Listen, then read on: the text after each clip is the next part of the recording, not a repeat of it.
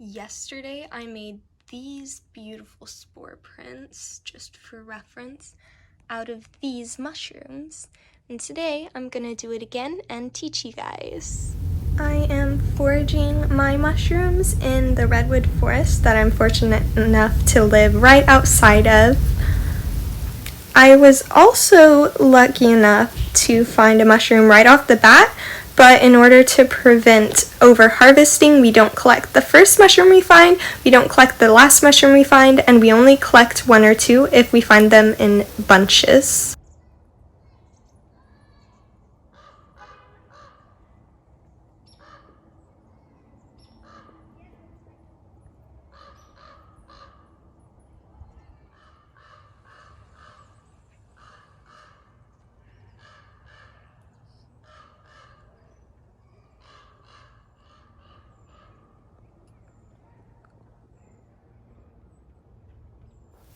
This is redwood sorrel. It is gorgeous and it grows everywhere in the forest where I live.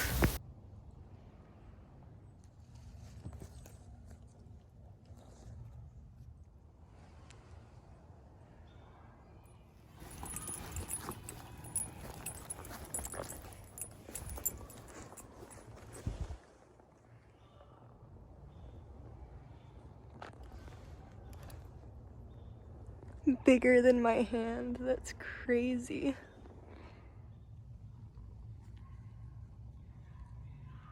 Just one though.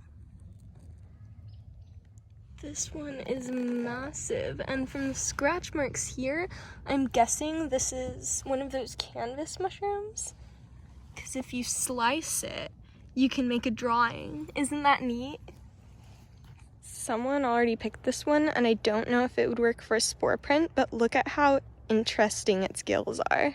Finally, a bunch of mushrooms. Kind of looks like a fairy circle. Not quite though, so I'm not too nervous. They're super, super flat. I think I'm gonna pick one of these and see. This one will be good. Oh, they're like that one. That's crazy.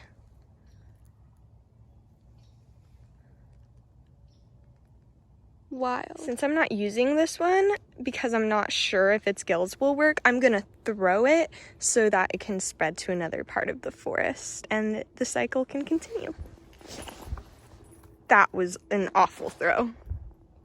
This one is a different type, and if the bugs haven't got into it, we should be able to use it.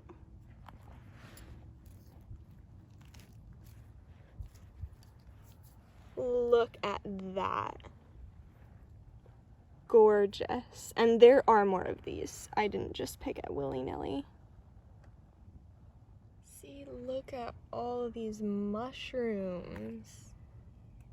Wild. Here is your reminder to be polite while foraging, as I ignore the screaming somewhere in the forest. Someone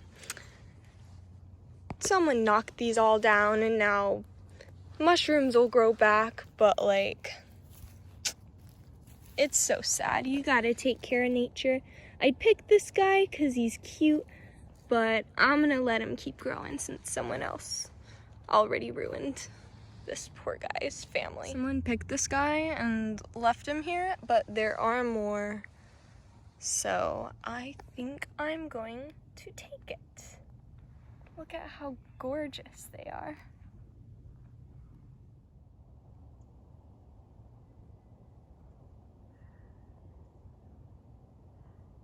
I'm gonna snatch one more just so I can have a full print and call it a day. Strapped in and ready to go. Okay, so the first thing we're going to need to do is prep our mushrooms. Look at how cool this one bruises pink.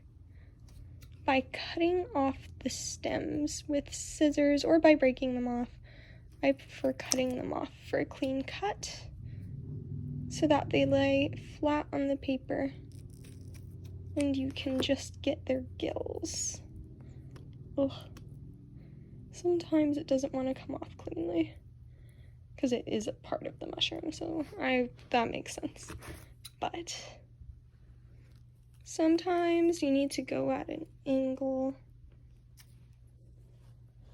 Just don't cut off the gills. Ta-da! This one can be a little less precise because the middle is not going to be touching the paper anyway, because it's more of a dome shape. Now I'm trying to figure out which one I grabbed stupidly that had fungus flies in them. Don't grab ones with fungus flies, okay? And I'm just gonna throw that out here because I don't want it getting into my other plants. Surprisingly, it was this one. I thought it was gonna be literally any of the other mushrooms. I might still do this one, but outside, just because I think it's gonna look gorgeous. I might do all of these prints outside, actually, now that I'm thinking about it.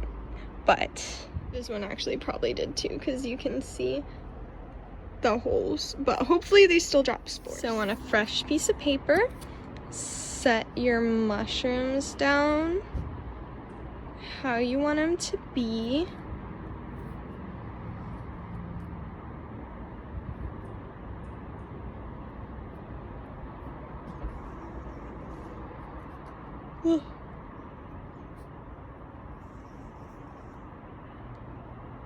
Okay, and then this one might need to be cut down more, but I can't. And then you would be taking these and putting it over them. Now, if your mushrooms aren't as absolutely moist, fresh from the forest as mine, you can and should dab a little bit of water on them. I'll probably put a little bit of water on this one. Be right back. Dabbing a little bit of water on it. Just, I had a thing with water in it outside, so that's why there isn't a big deal out of that. And then you put your jar on top of them. I think that ain't gonna fit. Hold on. So I gotta choose a favorite out of these, which is gonna be this one. Gonna throw this one out. Maybe we'll get mushrooms. And then I'm gonna put this one over here.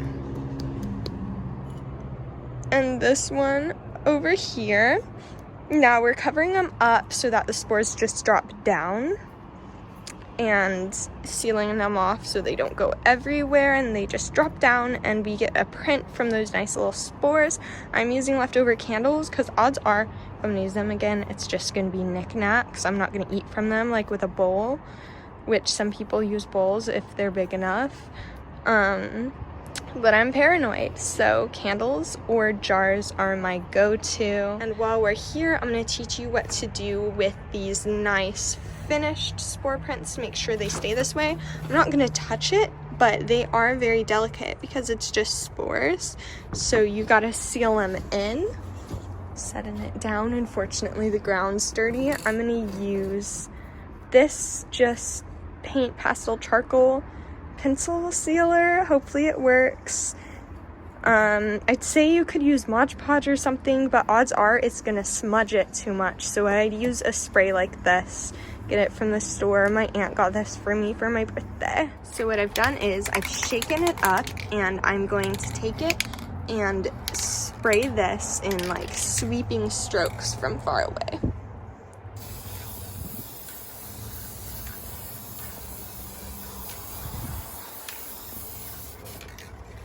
That might be, it smells atrocious, but hopefully it'll work.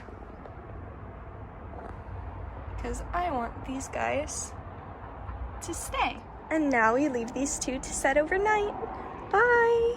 I had a mishap taking these inside, but as you can see, they worked decently well. That one not as well as this one, but oh my gosh. Wait, this one looks wacky, but gorgeous. I'm so lucky they didn't smear too, because you have to be careful with these because they will smear because it's just spores on paper. But look at what a beautiful job we did. I hope you guys have fun and your spore prints turned out amazing. Have a great day and a happy holidays.